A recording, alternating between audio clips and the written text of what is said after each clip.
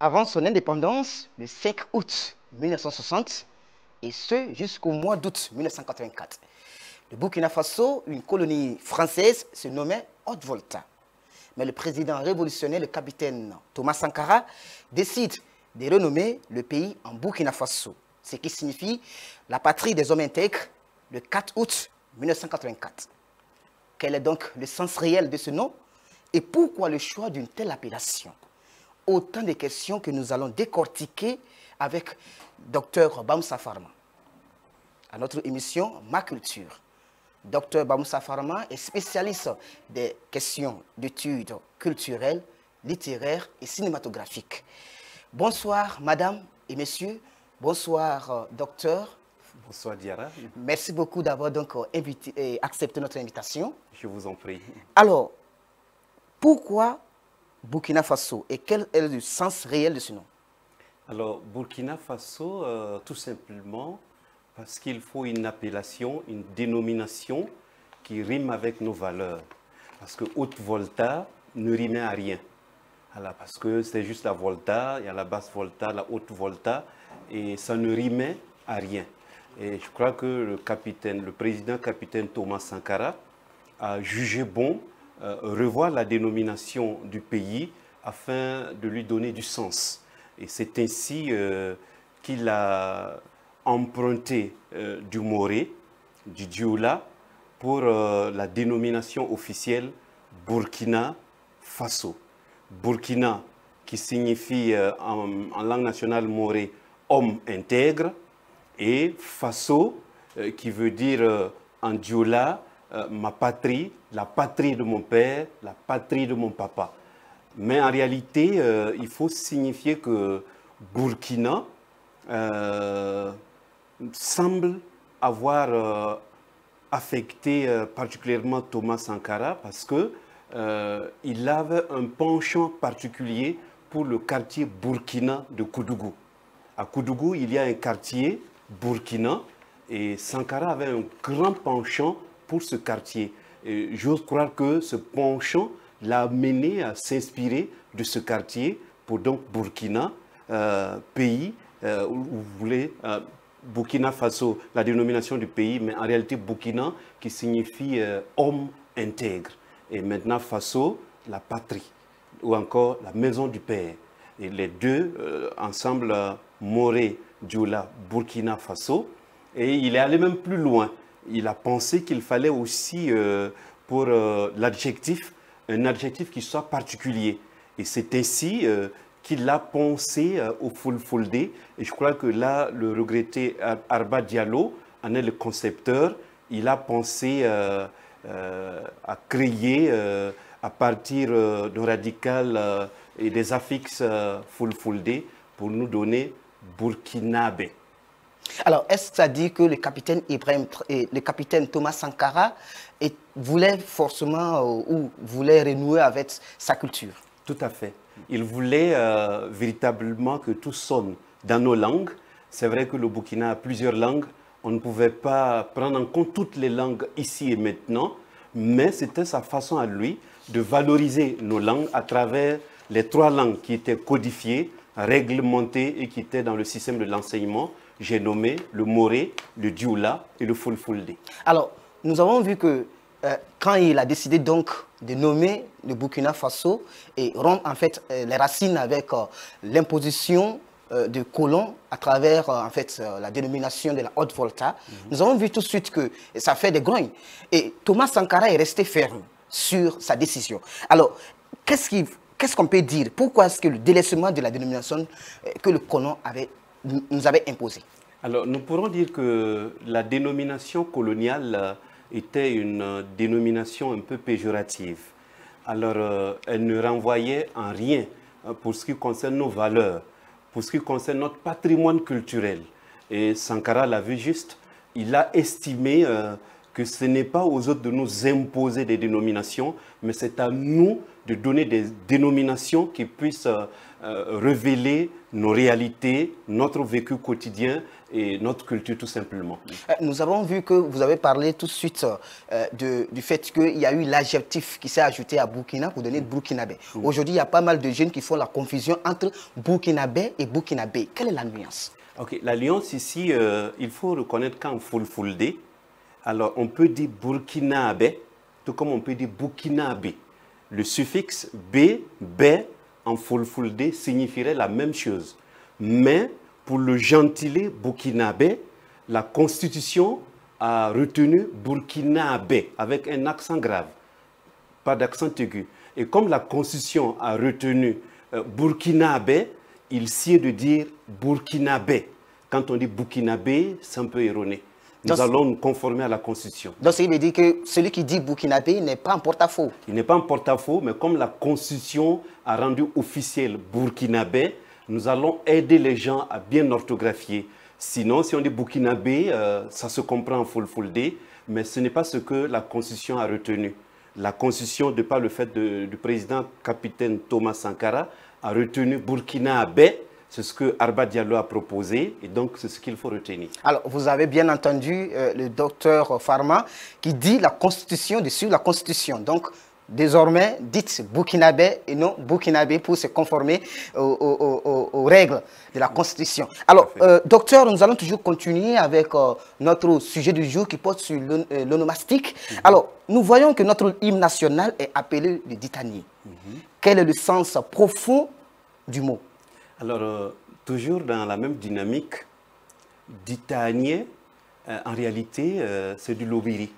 Ditanier provient de la langue nationale lobiré. Moi, je vais dire lobiré, tel que vraiment le lobby le prononce. En tout cas, c'est une langue des lobés. Et vous voyez, Sankara a passé son enfance dans le sud-ouest, précisément à Gawa. Et il a dû avoir beaucoup d'amis lobés, je vais dire comme ça, je ne vais pas dire lobby. Ouais, et donc, comme il a eu beaucoup d'amis lobés, il a pensé que pour la dénomination de l'hymne, on pourrait trouver une appellation en lobiré. Et c'est ainsi que les gens se sont retrouvés avec à leur tête le magistrat Train Raymond Poda. Alors, avec des enseignants qui étaient au ministère de l'alphabétisation, bon, au ministère de l'Éducation nationale tout simplement, et ensemble, ils ont trouvé le terme qui sied et qui veut dire chant pour amener ou pour conduire à la victoire. Donc, quand on dit di, c'est le pays, ta, c'est tirer, retirer, amener, et puis nier, en lobiré, c'est chant. Donc, Ditanier, ça veut dire tout simplement chant de la victoire. Un chant qui prouve que vraiment nous avons obtenu la victoire après tout. Et c'est ainsi que, voilà, aujourd'hui, on dit l'hymne national ou le Ditanier. Et toujours en chantant, à la fin, on soulève le poignet. Bon, quelle signification donne à ça? Alors, quand on soulève, ça veut dire que, puisque en fait, on termine par la patrie ou la mort, nous vaincrons. Ouais. Ça veut dire que pour ma patrie, je suis prêt à tout et donc on ferme le poignet pour dire qu'on est prêt à aller jusqu'au-delà de la puissance humaine. Alors, vous avez bien entendu le docteur, donc c'est sans relâche. Alors, docteur, il y a le président du Faso, le capitaine Ibrahim Traoré, ainsi que les membres du gouvernement qui sont dans une dynamique donc, de faire valoir les patronymes. Et si on arrive, en tout cas, à le faire valoir officiellement, qu'est-ce que ça va avoir comme poids, comme portée? Alors, tout de suite, ce que ça va apporter comme poids, c'est d'abord corriger ce que le colonisateur nous a imposé. Il y a beaucoup de communautés aujourd'hui qui ne sont pas à l'aise. Quand vous prenez chez les Liélé, alors nous avons un radical qui émane du clan. Et nous avons des affixes, en l'occurrence un préfixe qui est accolé au masculin et un autre au féminin. C'est ainsi qu'on dira que Ba, chez les Liélé, est accolé au genre masculin et Kan au genre féminin. Ainsi, vous allez voir que Ba Tiono, ça veut dire du clan Tiono, Ba, et Ba, c'est le masculin. Et c'est un patronyme masculin. Et son féminin, c'est Kantiono. Et Basolé, son féminin, Basolé, c'est masculin. Et son féminin, c'est Kansolé. Et Bado, son féminin, c'est Kando. Il y a aussi des patronymes irréguliers comme Ndo, Mpo, et puis Sandaogo, Sampoko, qui émaneraient de l'appellation Moré. Voilà. Et donc, aujourd'hui, si on arrivait à cela, puisque chez les Lilés, c'est quand même très difficile de dire que Ba est masculin et appeler une fille, par exemple, Basolé Sylvie, ou encore Bationo Sylvie. En fait, dans la culture, ça ne rime à rien. Alors donc, on viendrait corriger quelque chose, mais là encore, faut-il que le législateur prenne tous les textes juridiques nécessaires. Sinon, cela va poser des problèmes. Parce qu'on pourra voir des enfants, si vous voulez, la progéniture de mêmes parents, mais on ne saurait pas qu'ils sont frères et sœurs. Parce qu'on verra que l'un est Bationo et l'autre est Kantiono. On ne saura pas véritablement. Mais je crois que dans la culture liélé, on sait ce que c'est. Mais pour le commun des mortels, on ne saura pas ce que c'est.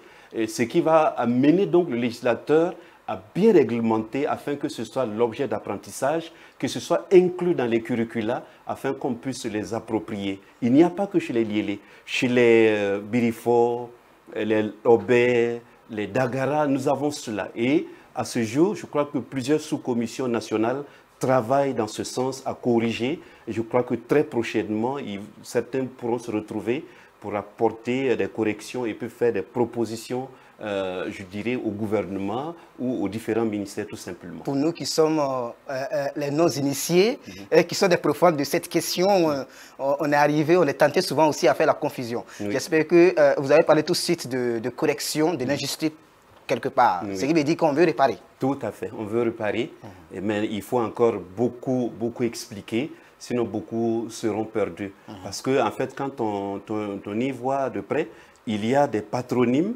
qui aujourd'hui ne sont pas en réalité des patronymes, mais qui sont des matronymes. Et selon les communautés, d'une communauté à une autre, les patronymes n'ont pas la même valeur que les matronymes. Et quand vous prenez par exemple chez les Lilés, qui est une référence pour moi, vous voyez que les patronymes et les matronymes ont la même valeur. Mais chez les autres communautés, ce n'est pas le cas.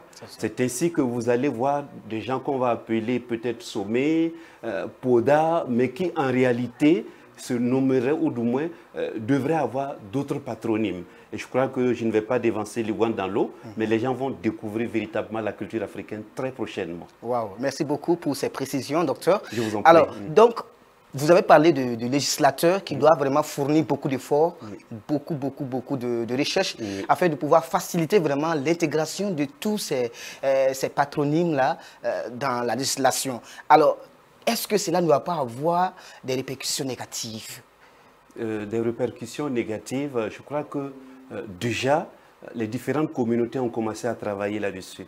Il y a des communautés même qui ont déjà déposé leur rapport. Ils sont retrouvés par groupe d'affinité, ils ont travaillé là-dessus, ils ont mené des recherches et ils ont trouvé vraiment les termes qui sied. Et je pense que le législateur va se servir de ces documents précieux et puis préciser et rectifier le titre tout simplement. Alors, docteur, il y a, selon certaines indiscrétions, dire les ruines de l'Européenie, c'est une insulte donc, de la part du colon et envers ce que nous avons comme site touristique qui fait la fierté de plus d'un de Burkinabé. Quand on sort, on se tape la poitrine pour dire j'appartiens au Burkina Faso.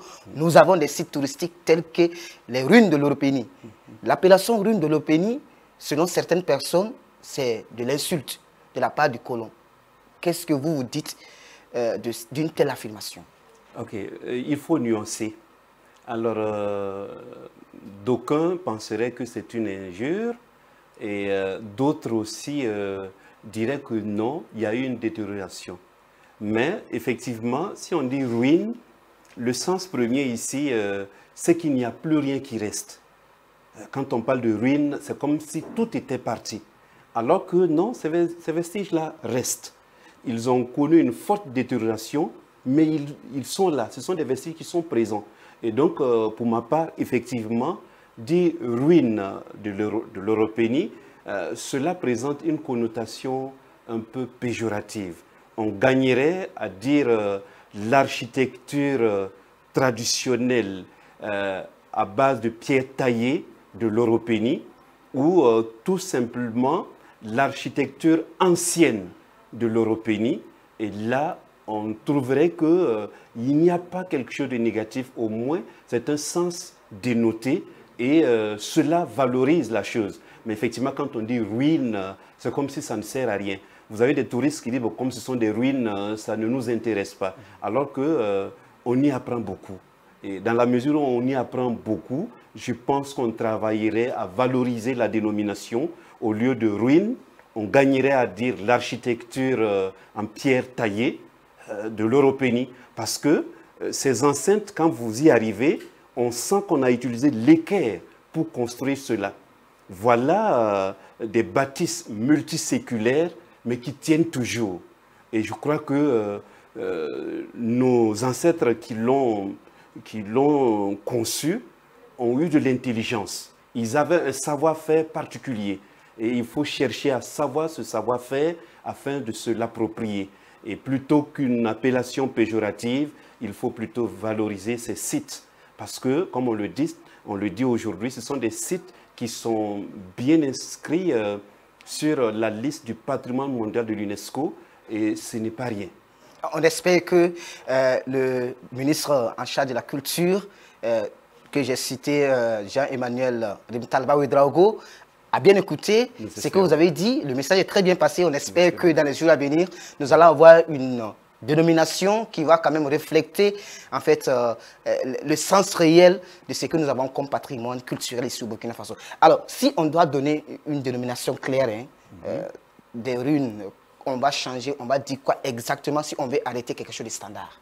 Moi, je pense que tout de suite, l'architecture ancienne en pierre taillée ou en latérite de l'Européenie, par exemple, serait plus valorisant. Wow. Mais cela ne va pas en fait amener quand même à se poser plusieurs questions sur cette dénomination, peut-être. Oui, mais si on dit l'architecture en pierre taillée ou l'architecture ancienne en pierre taillée ou l'architecture traditionnelle en pierre taillée de l'Européenie, alors des touristes vont chercher à voir ce que c'est. Ils vont dire, mais une architecture ancienne en pierre taillée, cela veut dire que ces architectures datent de longtemps. C'est une architecture qui date de longtemps. Et ça ressemble à quoi? On va chercher à visiter. Mais quand on dit les ruines de l'Européenie, c'est comme si rien ne restait. Du coup, ils ne seront pas très nombreux, ceux-là qui seront intéressés à aller visiter ces enceintes. C'est pourquoi je préfère une dénomination beaucoup plus améliorative.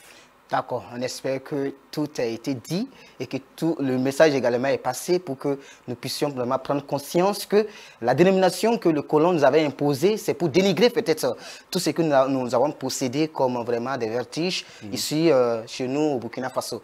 Alors, est-ce que le colon, si on dit peut-être l'architecture de l'Européenie, est-ce que cela ne va pas quand même amener à s'enraciner en fait à notre culture?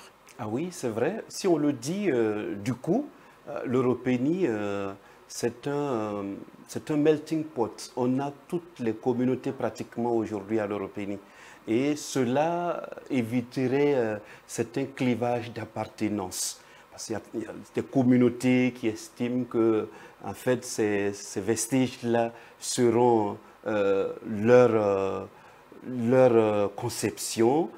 Il y en a qui disent que non, ce ne sont pas ces communautés, mais d'autres communautés. Mais en prenant l'entité l'Européenie, je pense qu'il n'y a rien de tel.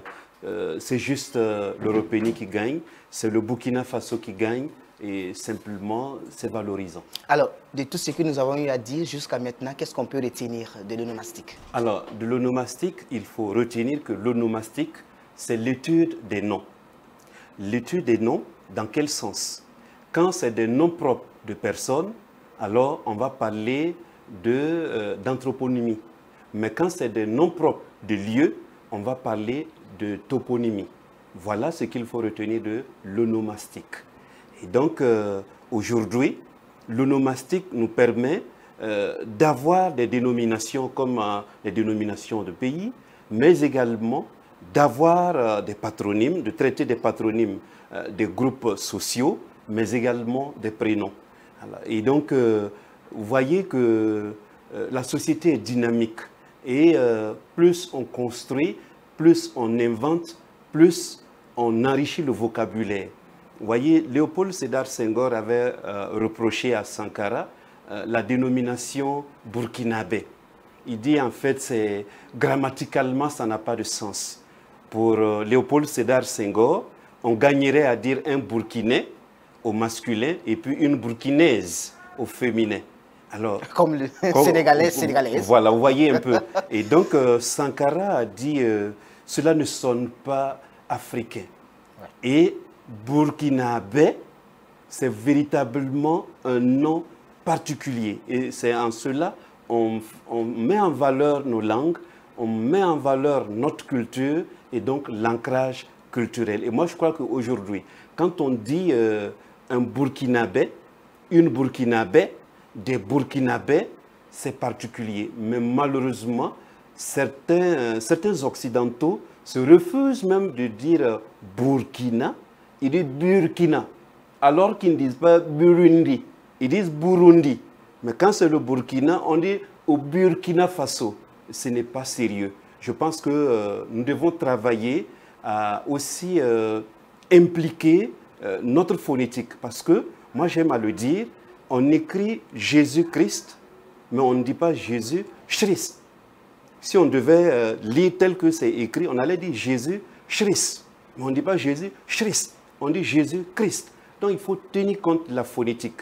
Et si nous estimons que notre pays, phonétiquement, c'est Burkina Faso, il faut nous le concéder, tout simplement. Donc c'est à nous de valoriser alors. Tout à fait. Et nous ne devons pas prêter le flanc. Malheureusement, nous avons des Burkinabés aussi qui disent le Burkina Faso. Voilà, dommage. On espère que ceux qui sont dans cette dynamique vont donc tirer profit de ce que le docteur Farman Bamoussa vient de dire. Il est spécialiste donc des études culturelles, littéraires et cinématographiques. Alors, vous avez bien écouté le docteur Farman qui a développé de long en large voilà, la thématique sur l'appellation du Burkina Faso, son sens réel et profond. Voilà, et comment est-ce que c'est advenu, ce qui a amené en fait le capitaine Thomas Sankara à s'inspirer, à s'enraciner en fait dans la culture endogène. Vous avez tous suivi son développement. Alors, l'émission Ma Culture d'aujourd'hui portait beaucoup plus sur l'onomastique. Comment est-ce que le Burkina Faso est venu? Comment est-ce que nous avons le capitaine Thomas Sankara s'y est intéressé? Et également le mot d'Itanier. Alors, chers téléspectateurs, mesdames et messieurs, c'est tout pour votre émission Ma Culture avec Dr Bamoussa Farman. Nous avons tenu à vous entretenir sur cette thématique qui porte à confusion. Nous vous donnons rendez-vous pour d'autres thématiques et à très bientôt. Bonsoir.